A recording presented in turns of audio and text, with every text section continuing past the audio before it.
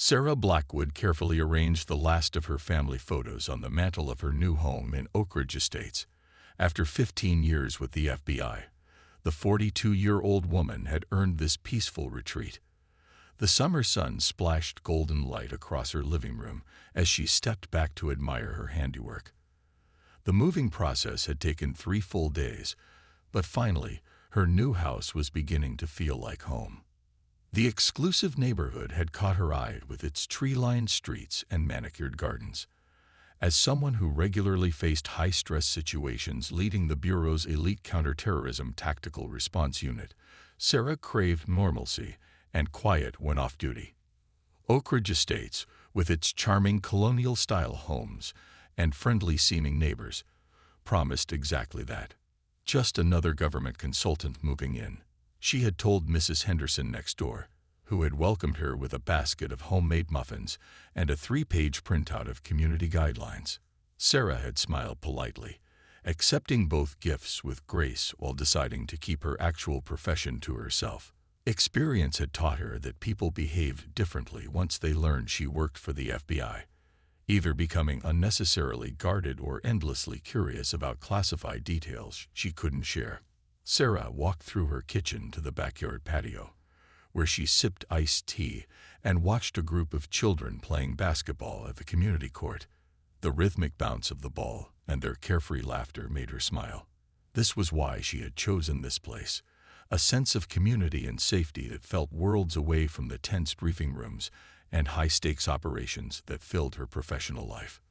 The welcome packet from the Homeowners Association sat on her counter, filled with rules about everything from acceptable mailbox designs to approved shade trees. Sarah found the rigid structure somewhat amusing but understood the appeal for residents who valued order and consistency. She had already submitted the proper forms to repaint her front door and install security cameras, keeping everything within regulations while ensuring her own peace of mind. What Sarah couldn't know, as she enjoyed that peaceful evening, was that beneath the neighborhood's picture-perfect surface ran currents of power and control that would soon collide dramatically with her carefully separated worlds. James Whittaker adjusted his navy blue cap with the gold Oak Ridge security embroidery as he studied the neighborhood map spread across his dining room table. Red pins marked recent incidents, mostly minor rule violations like improper trash can placement and unapproved garden ornaments. At 56, James carried himself with the rigid posture of someone who had spent years imagining himself in a uniform with real authority. 8 years as head of the HOA Security Committee had given James a sense of purpose after his career as a mall security supervisor ended. Though his youthful dreams of military service never came true due to a minor heart condition, he now commanded his own small force of volunteers with the serious dedication of a general overseeing troops. "We've got 2 new families moving in this month," James told George Peterson, his most loyal patrol partner, a retired postal worker who shared his enthusiasm for rules and order. "We'll need to monitor their compliance with community standards." The 2 men sipped coffee from matching Oak Ridge security mugs that James had ordered special, complete with a shield logo he had designed himself. Around them, the walls of James's home office displayed framed certificates from weekend security training courses and photos of the committee members in their matching navy polos. "The board approved our new patrol schedule," James said proudly, sliding a printed calendar across the table, and the motion to allow qualified members to carry protection during night patrols passed by 3 votes. What James didn't mention was how he had carefully scheduled the vote during summer vacation, when many families were away. He also didn't share how he had exaggerated reports of break-ins from neighboring communities to justify the new measure. Real security requires real tools. George nodded in agreement, his eyes bright with the importance of their mission. The 5 other members of the committee, all retirees except for Diane from the cul-de-sac, who worked part-time at the library, were equally invested in their perceived authority. They drove slowly through the neighborhood in vehicles marked with magnetic security patrol signs, reporting violations, and watching for strangers with suspicious attention to detail. Most residents simply waved politely at the patrols, Unaware of the gradual expansion of powers, the committee had granted itself through carefully worded proposals at sparsely attended HOA meetings. They didn't know that tonight, James would be carrying his newly registered handgun on patrol for the first time. The digital clock on Sarah's dashboard read 2:17 a.m. as she pulled into Oak Ridge Estates. The security guard at the main gate nodded sleepily, recognizing her car from the approved residence list. 26 hours of non-stop work had left dark circles under her eyes, but the operation had been successful. Her team had prevented an attack that would never make the news. The best kind of victory in her line of work. Sarah's muscles ached as she parked in her driveway. The weight of her duffel bag, filled with equipment and a change of clothes, pulled at her shoulder. The cool night air felt good against her face as she closed her car door quietly, not wanting to wake the neighbors. A half-moon hung in the sky, casting silver light across the perfect lawns and elegant homes. She glanced at her front door, calculating the shortest path. The flower bed that curved between her yard and her neighbors offered a direct route that would save her about 20 steps. Normally, Sarah would never consider cutting across the carefully maintained landscaping. She had read the HOA rules about designated walkways, but exhaustion clouded her judgment. Just this once, she thought, taking the shortcut across the grass. James and George had been circling the neighborhood for 3 hours in James's SUV with the magnetic security patrol signs affixed to both doors. So far, they had spotted one garbage can left at the curb past regulation hours and a teenager returning home 15 minutes after curfew. James had recorded both violations in his logbook with grim satisfaction. Movement at 42 Maple Court, George whispered suddenly, pointing to a dark figure crossing between properties. James immediately cut the headlights and pulled to the curb. His heart raced with excitement as he noted the suspicious person. Medium height, wearing a dark hoodie, carrying a heavy bag. This was exactly the scenario they had discussed in their security briefings. Possible intruder, James said, his voice dropping to a dramatic whisper as he reached for his new sidearm. Follow protocol. The two men exited the vehicle silently. James positioned himself with a clear view of the suspect, while George flanked from the side. Neither wore reflective vests or clearly visible identification in the darkness. Freeze. Oak Ridge Security. James shouted suddenly, his voice echoing across the quiet neighborhood.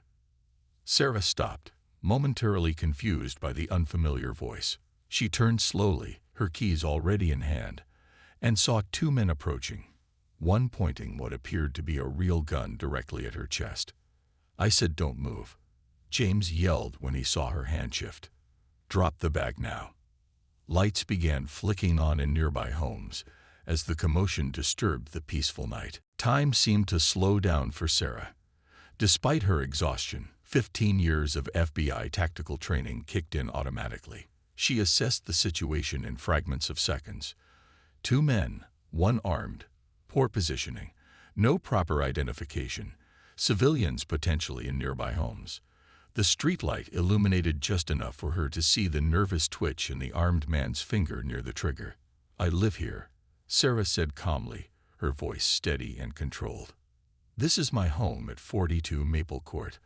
I'm just returning from a business trip." "Don't move," James repeated, the gun wavering slightly in his grip. His adrenaline was pumping so hard, he barely registered her words. "Security protocol requires you to identify yourself." Sarah noted the man wasn't standing in a proper stance. His grip on the weapon showed basic training at best. Most concerning was his escalating nervousness, the most dangerous element in any armed confrontation. "I'm going to reach for my identification very slowly," Sarah announced clearly, her years of hostage negotiation experience evident in her measured tone. "Please lower your weapon. Pointing a gun at a resident is both dangerous and illegal." George shifted uncomfortably, suddenly less certain about their actions. "James, maybe we should." "Stay in position," James hissed, embarrassed by his partner's wavering commitment. When Sarah's hand moved toward her pocket, James jerked the gun higher. That single movement was all Sarah needed to act. With fluid precision that looked almost effortless, she stepped forward and to the side, her right hand deflecting the weapon upward while her left secured James's wrist in a control hold. In one continuous motion, she twisted the gun free, simultaneously sweeping James's leg and guiding him to the ground. The entire sequence took less than 2 seconds. George stumbled backward, mouth open in shock, as Sarah safely cleared and secured the weapon with professional efficiency. James lay stunned on the grass, unable to process how quickly the situation had reversed. FBI counterterrorism, Sarah stated, producing her credentials with her free hand. You've just committed a serious offense by drawing a weapon on a federal agent without cause or proper authority. By now, several neighbors stood on their porches in robes and pajamas, watching the scene unfold with astonished expressions. Mrs. Henderson from next door approached cautiously in her floral nightgown, phone in hand. "I've called the real police," she announced, eyeing James with newfound suspicion. "They're on their way."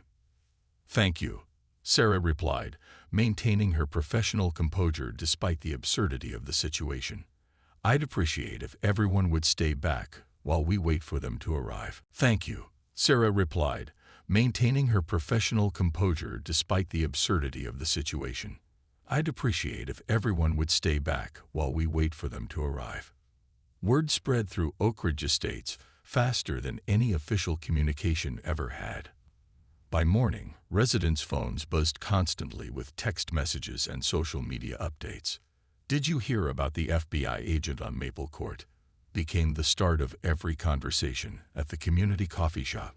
Sarah had hoped to keep a low profile, but that option vanished the moment James had pointed his weapon at her. After giving her statement to the local police officers who arrived at the scene, she had gone to bed for a much-needed rest.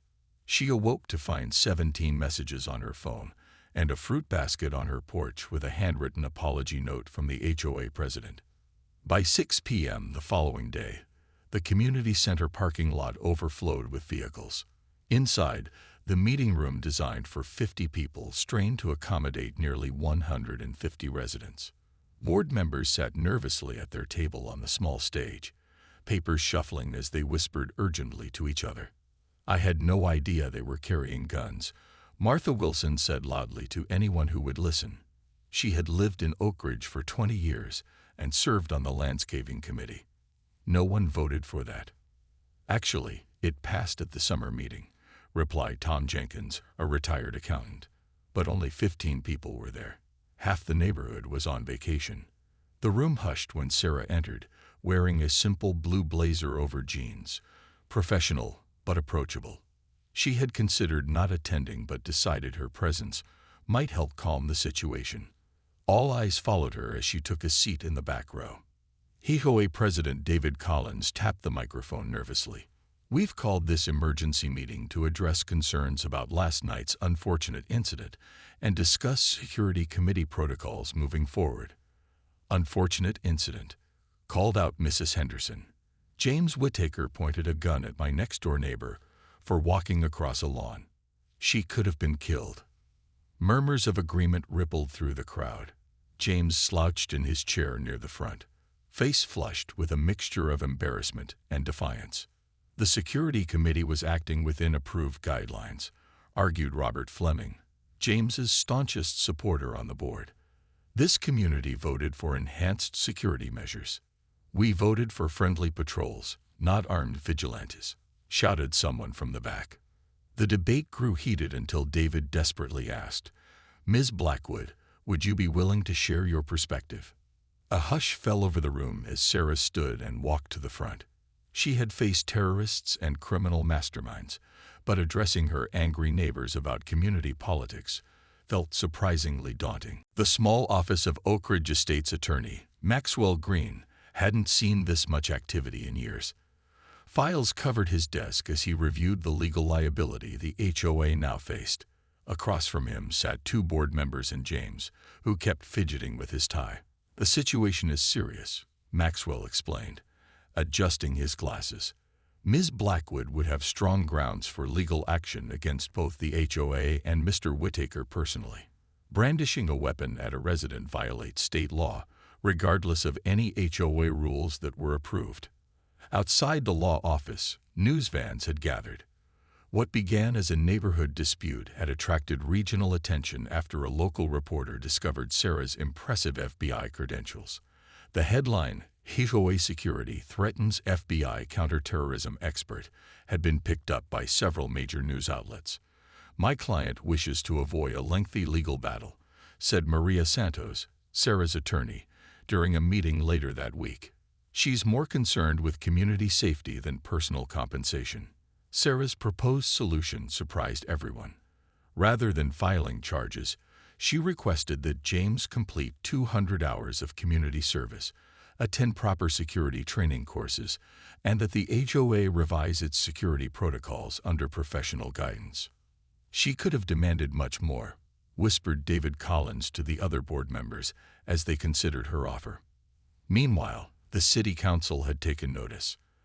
At their monthly meeting, Council Member Jackson proposed a new ordinance requiring all HOA security committees to register with the police department and complete certified training.